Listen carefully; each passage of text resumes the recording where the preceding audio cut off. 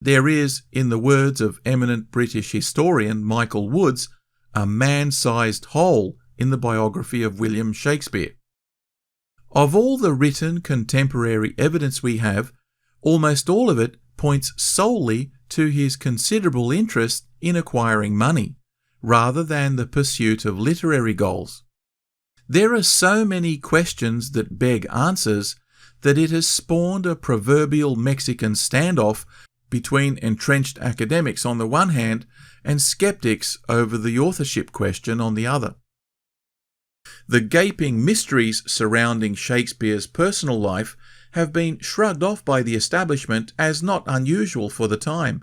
and there has been an almost dogmatic refusal by them to concede the many inconsistencies that plague the accepted theory of an uneducated glovemaker's son spontaneously becoming the quintessential and preeminent Renaissance man of England.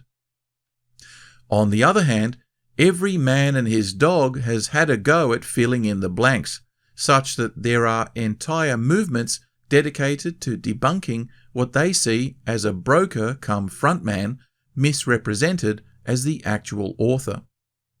No less than 70 candidates have been proposed as the real Shake-Spear,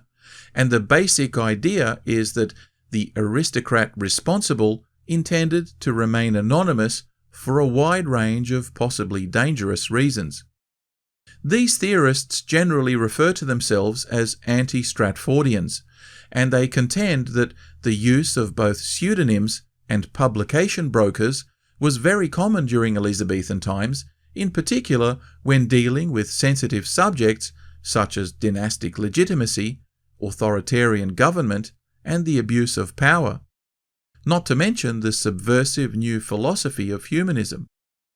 They point to the numerous examples of jailed writers, with both Christopher Marlowe and Thomas Kidd being locked up and tortured for their alleged heresy, atheism, sedition, and even homosexuality. Anti-Stratfordians believe that only an aristocrat would have had the education, pedigree, court experience, and network of acquaintances necessary to write so intuitively and elegantly on the broad sweep of issues that Shakespeare did. They point out that while Marlowe and later on Ben Jonson were themselves not aristocrats, they were at least highly educated, with university scholarships and government recognition. There is certainly much more documentary evidence of their personal and professional lives than there is for Shakespeare. In fact, a study of all the documentary evidence available on the most prominent writers of the day shows Shakespeare as singularly silent for the amount of evidence he has to show for himself, something you might expect for a pen name or alias.